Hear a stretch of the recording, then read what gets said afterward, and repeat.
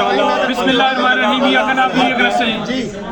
Supreme court ने अल्हम्दुलिल्लाह 8 मुकदमात में इमरान खान साहब की ज़मानतें जो हैं वो मंजूर कर ली हैं और ये बड़ी जो है वो हक की फतह है, सच की फतह है। आज 9 मई का जो बयानिया है वो ज़मीन बोस हो गया है, क्योंकि अदालत ने, सबसे बड़ी अदालत ने जब पूछा जो प्रोसिक्यूटर्स थे कि आपके पास क्या एविडेंस है, आपके पास क्या सबूत हैं, तो उनके पास कोई सबूत नहीं थे सिवाय ये कि जी हमारे पास वो गवाह मौजूद हैं, पुलिस के एहलकार।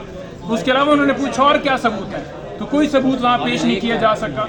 आज सुप्रीम कोर्ट ने अल्हम्दुलिल्लाह खान साहब की 8 मुकदमात के अंदर ज़मानतें जो हैं वो कन्फर्म कर दी हैं और आज इमरान खान साहब अल्हम्दुलिल्लाह पाकिस्तान की सबसे बड़ी अदालत सुप्रीम कोर्ट, वहाँ से उनको जो है 9 मई के अंदर इंसाफ मिला है। और अब ट्रायल कोर्ट्स को भी चाहिए ये चीज़ सुप्रीम कोर्ट के फैसले जो वो ट्रायल कर रहे हैं उसमें इमरान खान साहब को तमाम लोगों को बरी करना चाहिए, क्योंकि यहाँ सबसे बड़ी अदालत ने इमरान खान साहब की ज़मानतें इस बुनियाद के ऊपर कन्फर्म कर दी हैं कि कॉन्स्पिरेसी जो है, जो साजिश है, उसकी बुनियाद के ऊपर, साजिश के इल्ज़ाम के ऊपर कि आपके पास कोई मटीरियल एविडेंस नहीं है, खाली गवाहों के बयानात हैं, उसको मुस्तरद किया है। और सुप्रीम कोर्ट ने 8 मुकदमात में अल्हम्दुलिल्लाह खान साहब की ज़मानतें जो हैं वो मंजूर कर ली हैं।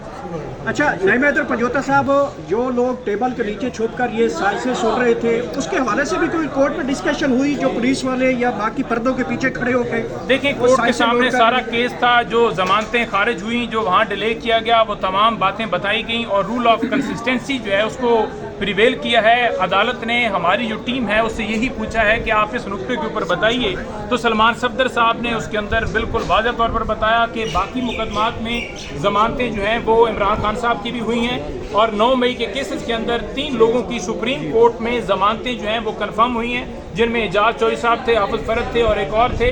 तो लिहाजा रूल ऑफ कंसिस्टेंसी सेम आता है, क्योंकि सेम एक ही नौइयत का इल्ज़ाम है, एक ही नौइयत के केसेस हैं, एक ही नौइयत का रोल है, तो वो जो कंसिस्टेंसी है उसको अगर देखा जाए तो बिल्कुल जो है ये ज़मानतें बनती हैं। तो ये अदालत के अंदर बैठे हुए 3 मुअज़्ज़ज़ जजेस साहबान ने वहाँ फौरी तौर पर जब ये बहस जारी थी तो अदालत ने कहा कि ठीक है जी, समझ आ गई, आपका पॉइंट आ गया, और साथ ही उन्होंने कहा जी कि हम आपकी दरखास्तें जो हैं वो कबूल करते हैं। तो उन्होंने दरखास्तें हमारी कबूल कर ली हैं और खान साहब की 8 मुकदमात के अंदर ज़मानतें कन्फर्म हो गई।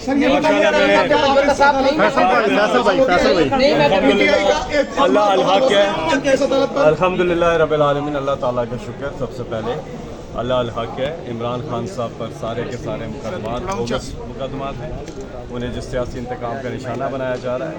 दुनिया की तारीख में इतने ज़्यादा मुकदमे डबल सेंचुरी। मेरी बात सुने माशाअल्लाह, ये आज जो ये फैसला आया है अल्लाह अल हक है, सच का खुदा है।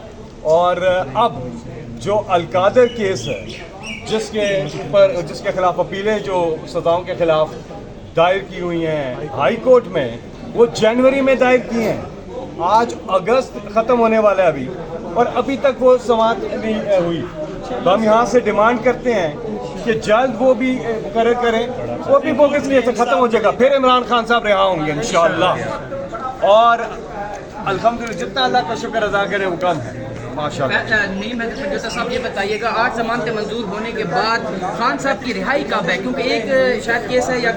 देखिए, सबसे पहले मैं ये गुजारिश करूंगा कि पूरी कौम को इस बात के ऊपर मुबारकबाद है कि ये जो बयानिया था 9 मई के हवाले से, साजिश का जो इल्ज़ाम था, उसको सबसे बड़ी अदालत ने, सुप्रीम कोर्ट ने उसको मुस्तरद किया।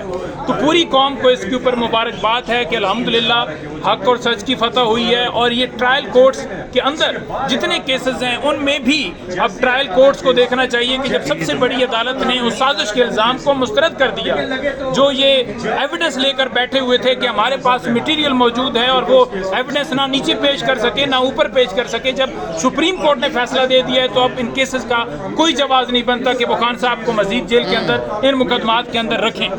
अब जहाँ तक बात है उनकी अलकादर ट्रस्ट केस की, तो वो अभी इल्तवा का शिकार है। जब खान साहब की और बीबी की वहाँ सज़ा मुअत्तल होगी तो उसके बाद ही उनकी रिहाई की तरफ मामला बढ़ेगा।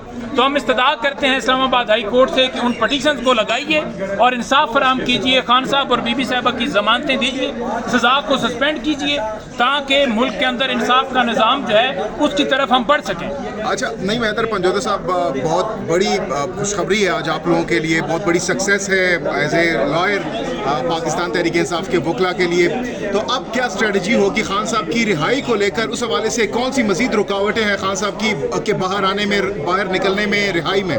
دیکھیں رکاوٹ صرف اس وقت القادر ٹرسٹ کیس ہی ہے، لیکن میں آپ تمام لوگوں سے یہ گزارش کرنا چاہوں گا کہ ایک جو بیانیہ بنایا گیا تھا 9 مئی کے حوالے سے کہ عمران خان نے سازش کی ہے، دیگر لیڈرشپ نے سازش کی ہے اور سارا 9 مئی ہوا ہے، تو وہ جو سازش کا الزام تھا سپریم کورٹ نے اسے نہیں سنا اور انہوں نے یہی کہا کہ یہ سازش کی بنیاد کے اوپر ہم کیسے بیل جو ہے وہ کینسل کر سکتے ہیں۔ سازش کی بنیاد کے اوپر ہی بھٹو کو سزا ہوئی اور سپریم کورٹ نے اس میں ان کو بری کیا، سازش کی بنیاد کے اوپر ہی ہمارے دیگر رہنماؤں کو یہاں ضمانتیں ملی، رول آف کنسسٹنسی کو فالو کرتے ہوئے معزز عدالت نے اس سازش کو مسترد کیا اور الحمدللہ عمران خان صاحب کو ضمانتیں ملی۔